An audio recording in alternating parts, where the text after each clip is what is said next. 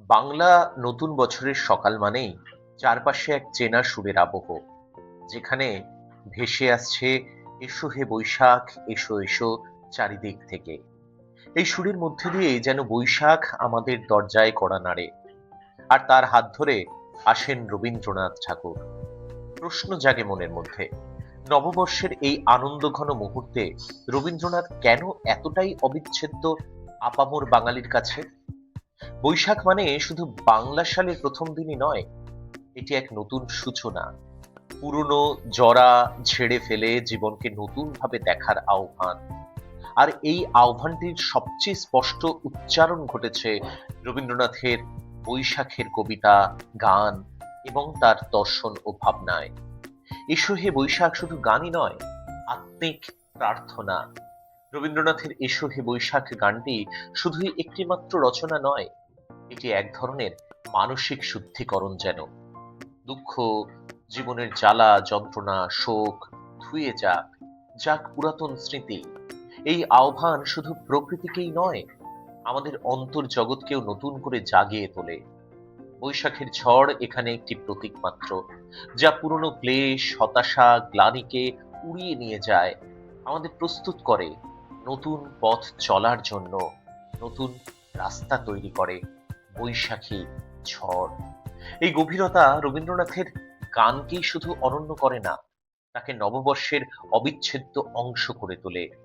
বৈশাখে তার গান শুধু পরিবেশিত হয় না, তার গায়কিতে মিশে থাকে বাংলার সংস্কৃতি, স্মৃতি, আত্মার তৃষ্ণা। নববর্ষে রবীন্দ্রসঙ্গীত সংস্কৃতি নাকি আপামর বাঙালির নতুন নতুন নানান রকমের স্টাইল? বর্তমানে নববর্ষ মানেই স্টেজ শো, পান্তা ইলিশ আর সোশ্যাল নেটওয়ার্কিং সাইটে যে যার মতো কেরামতি। সেখানে রবীন্দ্রসঙ্গীত কি কেবল আনুষ্ঠানিকতা, নাকি এখনো কেউ কেউ তাকে অন্তর থেকে অনুভব করে, ভাবে, ভাবনায় চালিত করে? অনেকেই হয়তো জানেন না, নববর্ষকে কেন্দ্র করে রচিত রবীন্দ্রনাথের বহু গানেই রয়েছে সময়ের রূপান্তর, আত্মদর্শন আর আশাবাদের প্রকাশ। তার গানগুলো আজও তাই শুদ্ধতার প্রতীক হয়েই রয়ে গিয়েছে বাঙালি মননে, যেখানে কোনো রকমের সাজসজ্জা নেই, আড়ম্বর নেই, আছে, আছে কি জানেন, শুধু হৃদয়ের আত্মনিয়ন্ত্রণ। সেখানে হৃদয়ের খোলা হাওয়া যেন চালাচালি করে আমাদের মন জুড়ে, আমাদের শরীর জুড়ে।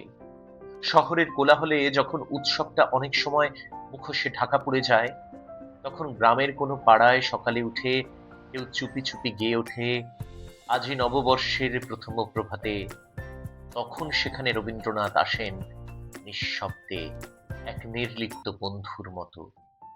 একটি গান যখন প্রজন্ম থেকে পার হয়ে অন্য প্রজন্মেও চলাচল করে, নতুনেরও গান হয়ে ওঠে, তখন বুঝতে হয় এটি শুধুমাত্র সৃষ্টিই নয়, এটি এক সাংস্কৃতিক আত্মপরিচয়। রবীন্দ্রনাথ ঠাকুরের গানে ঋতু যেমন বদলায়, তেমনি সময়ের সঙ্গে মানিয়ে নিতে পারে। বৈশাখের গানেও তাই যুগ যুগ ধরে মানুষ খুঁজে পেয়েছে নিজেরই অস্তিত্ব, নিজেকে খুঁজে পেয়েছে। একটুখানি রোদ, একটুখানি ধুলো, আর সেই সঙ্গে রবীন্দ্রসঙ্গীত, এই মিশ্রণেই যেন বৈশাখ সম্পূর্ণ আপামর বাঙালির কাছে। বৈশাখ আসবে প্রতি বছর, নিয়ম করে আসবে, সাজ বদলাবে, রীতিনীতির ধরন বদলাবে, কিন্তু গুরুদেব থাকবেন। কারণ তিনি শুধু একজন কবি নন, তিনি আমাদের অনুভূতির ভাষা, উৎসবের ছায়া, আত্মার আত্মীয়। তোমার পায়ের পাতা, সবখানে পাতা, কোনখানে রাখবো প্রণাম। এই নববর্ষেও যখন চারপাশে অনেক কিছুর ঘনঘটা থাকবে, তখন নিজের ভেতর একটু চুপ করে বসে থেকে রবীন্দ্রনাথকে শুনে দেখা যেতে পারে। তার গান তখন হয়তো কানে নয়, হৃদয়ের গভীরে বাজবে। হয়তো এক সুরেই নতুন বছরের শুরুটা হয়ে উঠবে সত্যিকারের নতুন সকাল। তুমি আছো, আছো চিরদিন আমাদের মনের মাঝে, আমাদের অন্তরের আন্তরিকতায়। রবীন্দ্রনাথ। আপনার নিজস্ব চ্যানেল বাঙালি ও কালচার, বাংলার ঐতিহ্য নিয়ে আপনার কাছে উপস্থিত বাঙালিও কালচার। যারা এখনো পর্যন্ত আমাদের চ্যানেলে আসেননি, যোগ দেননি, তাদের অনুরোধ আজই এখনই সাবস্ক্রাইব করুন, কমেন্ট করুন, লাইক করুন এবং বন্ধুদেরকেও সাবস্ক্রাইব করতে বলুন। আসুন আমাদের পরিবারে সকলকে স্বাগত।